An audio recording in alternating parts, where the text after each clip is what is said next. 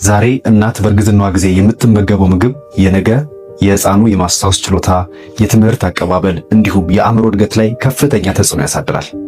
ነገር ግን ችግሩ ምን መሰላችሁ? ብዙ እናቶች ባለማወቅ በእርግዝና ሰዓት መመገብ ያለባቸውን ጠቃሚ ምግቦች ሳይመገቡ ይቀራሉ። የሕፃናት አንጎል እርግዝና በጀመረ በመጀመሪያዎቹ ሳምንታት ውስጥ መሰራት ይጀምራል። ዛሬ በዚህ ቪዲዮ ለጽንስ የአእምሮ እድገት በእጅጉ የሚያግዙ 5 ጠቃሚ ምግቦችን እነግራችኋለሁ። እነዚህ ምግቦች በሳይንስ የሚደገፉና በቀላሉ ሊገኙ የሚችሉ ናቸው። እስከ መጨረሻው ይከታተሉኝ። በተለይ 5ኛው ምግብ በቀላሉ የሚገኝ ነገር ግን ብዙ ጊዜ እናት የማታስተውለው ነው።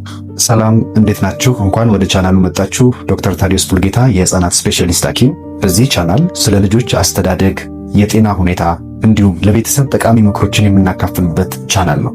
እርጉዝ ከሆንሽ ወይም ለማርገዝ ካቀድሽ ይህንን ቪዲዮ ተከታተዩ። ወደ መጀመሪያው ምግብ እንሂድ። እንቁላል፣ አንጎል የሚገነባው ምግብ። እንቁላል በእርግዝና ጊዜ ተመራጭ ምግብ ነው፣ ምክንያቱም በውስጡ ኮሊን የተባለ አንጎልን የሚገነባ ንጥረ ነገር ይዟል። ኮሊን ለብሬን እና ለነርቭ ሲስተም እድገት በጣም አስፈላጊ ነው። ብዙ ጥናቶች እንደሚያሳዩት አብዛኞቹ እርጉዝ እናቶች በእርግዝናቸው ወቅት በቂ ኮሊን አያገኙ። ታዲያ በጣም የሚደንቀው አንድ እንቁላል አስኳል እንኳን ብዙ ኮሊን ይዟል። ጥሩ ነገሩ ወላጆች እንቁላል ከኮሊን ባሻገር ፕሮቲን፣ ጤነኛ ስብ እንዲሁም ቫይታሚን ቢ12 ይዟል። ታዲያ እንቁላልን ቀቅሎ ጠብሶ አሊያም ከሌሎች ምግቦች ጋር ቀላቅሎ መጠቀም ይቻላል።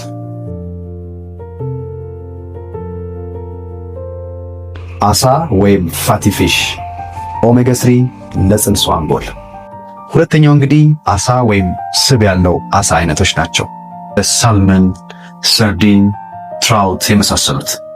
እነዚህ አሳዎች በኦሜጋ 3 የበለጸጉ ናቸው። ታዲያ ኦሜጋ 3 በውስጡ ዲኤችኤ የተባለ ንጥረ ነገር ይዟል።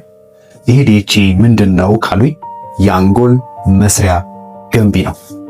በጣም የሚደንቃችሁ የጽንሱ አይንና አንጎል በአብዛኛው የሚሰራው ከዚህ ከዲኤችኤ ነው። የመጨረሻዎቹ የእርግዝና ወራት ላይ አንጎል በፍጥነት ያድጋል፣ የዲኤችኤ ፍላጎትም በዛው ይጨምራል።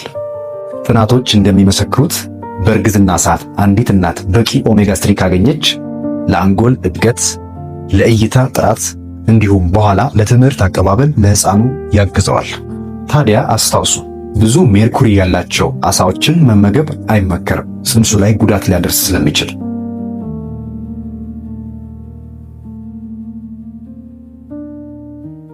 ሶስተኛው ምስርና ባቄላ ነው፣ የተደበቁ የአንጎል መስሪያዎች።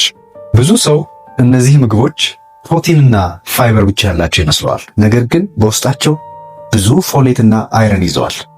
ፎሌት ደግሞ ለኒውራል ቲዩብ እድገት በጣም አስፈላጊ ነው። ፎሌት በመጀመሪያዎቹ የእርግዝና ወራት ላይ በጽኑ ይፈለጋል፣ ምክንያቱም የጽንሱን ህብረ ሰረሰርና አንጎል ለመፍጠር ስለሚያስፈልግ።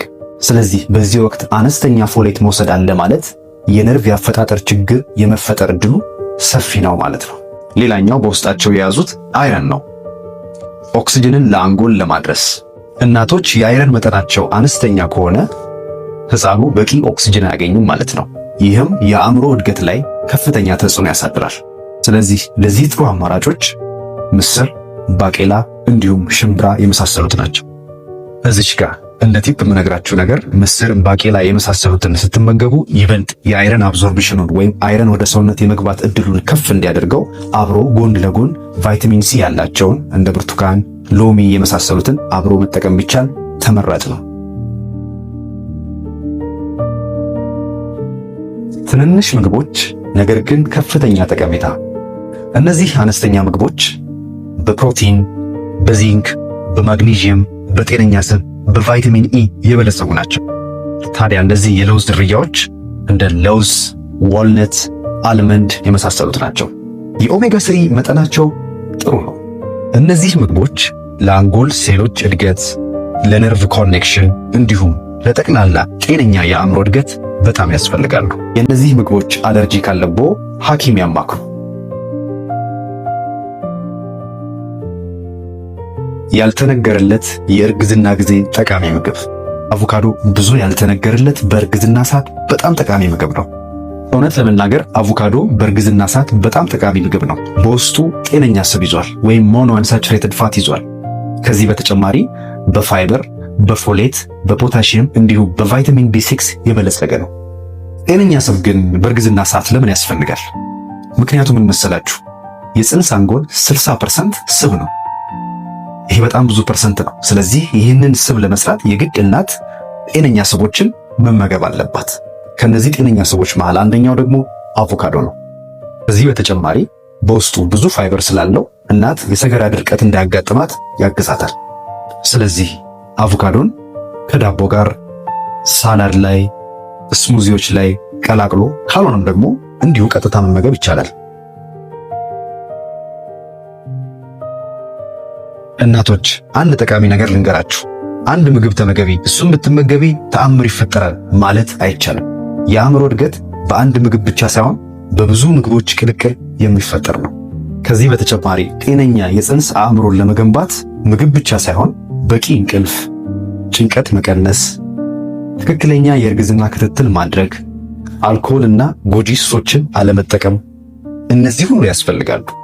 ነገር ግን ሁልጊዜም ለፅንስ የሚጠቅሙ ምግቦችን መርጦ መመገብ የማይተካ ሚና ነው ያለው። ኦኬ፣ ማጠቃለያ 5ቱን ዋና ዋና ምግቦች ላስታውሳችሁ።